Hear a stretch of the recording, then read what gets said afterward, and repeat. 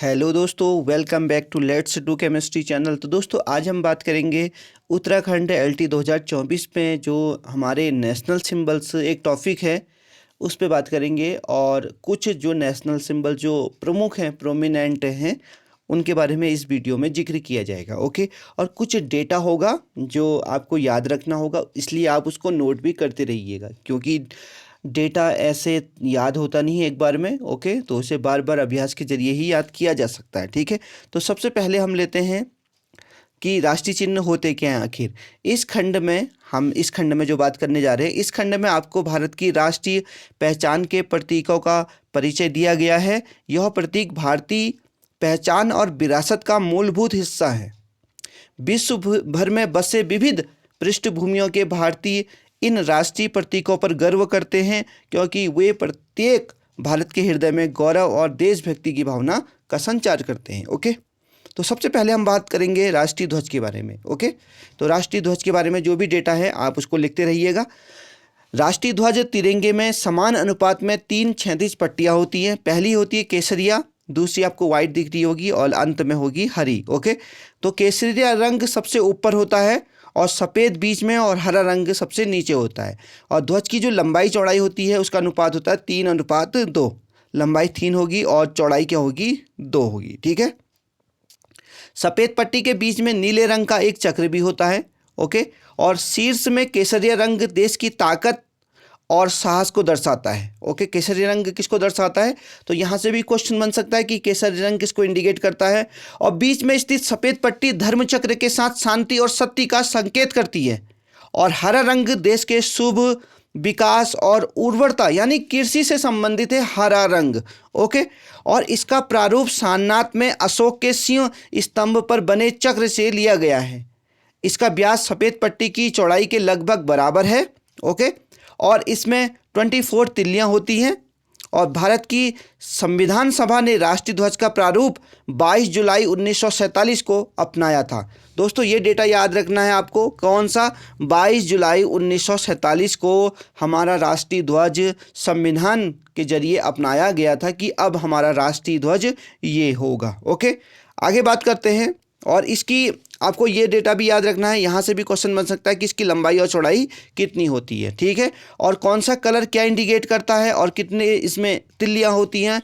ये एक क्वेश्चन तो मामूली है बट अच्छे क्वेश्चन हैं, आप इनको ध्यान रखिएगा। ओके, अब बात करते हैं हम राष्ट्रगान की ओर। ओके, राष्ट्रगान में भारत का राष्ट्रगान अनेक अवसर पर बजाया गया ये जाता है। ओके, जैसे कि आपको पता भी है, राष्ट्रगान के सभी जो संस्करण के बारे में समय समय पर अनुदेश जारी किए जाते हैं। ओके, यानी नोटिफिकेशन जारी किए जाते हैं गवर्नमेंट के जरिए। इनमें वे अवसर जिन पर इसे बजाया या गाया जाता है, इन अवसर पर उचित गौरव का पालन करने के लिए राष्ट्रगान को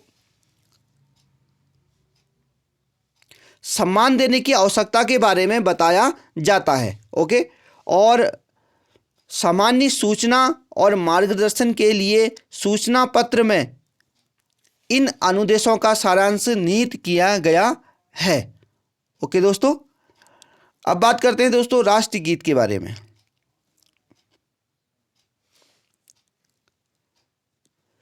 वंदे मातरम गीत, अब जो राष्ट्रगीत है हमारा वो कहाँ से लिया गया है, वो किसने लिखा है, बंकिम चंद्र चटर्जी ने। ओके, और यह स्वतंत्रता की लड़ाई में लोगों के लिए प्रेरणा का स्रोत भी रहा था। इसका स्थान जनगण मन के बराबर है। और 24 जनवरी 1950 को राष्ट्रपति राजेंद्र प्रसाद ने संविधान में एक बयान दिया, वंदे मातरम, जो भारतीय स्वतंत्रता संघर्ष में एक ऐतिहासिक भूमिका निभाई है और जनगण मन के साथ समान रूप से सम्मानित किया जाएगा और इसके साथ बराबर का दर्जा होगा। और इसे पहली बार 1896 में भारतीय राष्ट्रीय कांग्रेस के सत्र में गाया गया था।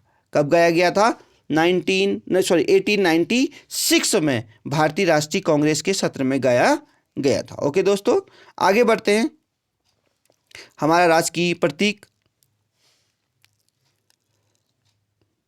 प्रतीक हमारा है, भारत का राज चिन्ह सारनाथ स्थित अशोक के सिंह स्तंभ की अनुकृति है जो सारनाथ के संग्रहालय में सुरक्षित है और मूल स्तंभ में शीर्ष पर 4 सिंह हैं। कितने सिंह हैं याद रखिएगा, 4 सिंह हैं उसमें, और जो एक दूसरे की ओर पीठ किए हुए हैं। इसके नीचे घंटे के आकार के पद्म के ऊपर एक चिन्ह वल्लरी में एक हाथी है, और चौकड़ी भरता हुआ एक घोड़ा है, एक सांड और एक सिंह की उभरी हुई मूर्तियां हैं। ठीक है, इसके बीच बीच में चक्र बने हुए हैं, एक ही पत्थर को काट कर बनाए गए हैं। इस सिंह स्तंभ के ऊपर धर्म चक्र रखा हुआ है। ओके दोस्तों, आगे बढ़ते हैं। ये सारा डेटा बहुत महत्वपूर्ण है। इसकी छवि अगर आपके मन में बसी हुई है तो आप इसके जरिए जो भी क्वेश्चन होंगे वो आसानी से सॉल्व कर लेंगे। ओके, लेकिन आपको पढ़ना बहुत ज़रूरी है इन छोटी छोटी चीज़ों के बारे में भी, क्योंकि छोटी छोटी चीज़ें पढ़ेंगे तो ही अच्छे मार्क्स आ सकते हैं। ओके दोस्तों, अब बात करते हैं हम राष्ट्रीय पक्षी के बारे में। भारतीय मोर पावो क्रिस्टातुस भारत का राष्ट्रीय पक्षी एक रंगीन हंस के आकार का पक्षी, पंखे आकृति की पंखों की कलगी, आंख के नीचे सफ़ेद धब्बा और लंबी पतली गर्दन। इस प्रजाति का नर मादा से अधिक रंगीन होता है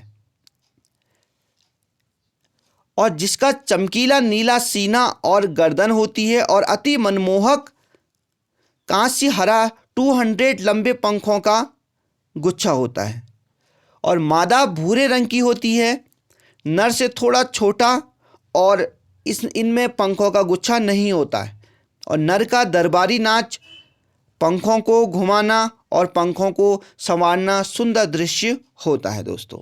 ओके, तो यहाँ से आपको कोई जानकारी अगर ऐसी लगी कि आपको नहीं पता तो आप ज़रूर उसको नोट कीजिएगा। Okay, yes. वैसे भाई तभी बता दूं कि केवल जो मादा में पंख नहीं होते, जो 200 पंख की बात करी गई है इसमें, और जबकि नर में वो पंख होते हैं, और नर ही डांस के लिए जाना जाता है अपने पंखों के जरिए। ओके, अब बात करते हैं हम राष्ट्रीय पशु के बारे में।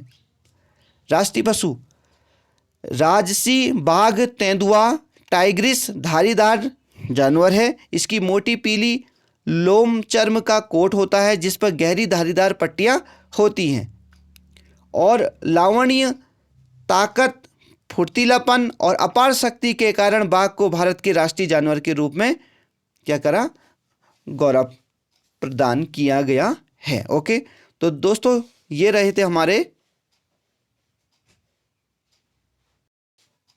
तो प्रतीक चिन्ह, आज हमने इन पे बात करी थी। ओके, तो जो भी इम्पोर्टेंट प्रतीक चिन्ह हैं वो हम इस वीडियो में लेके आए हैं, और कुछ जो रिमेनिंग होंगे वो अगली वीडियो में आपको देखने को मिलेंगे।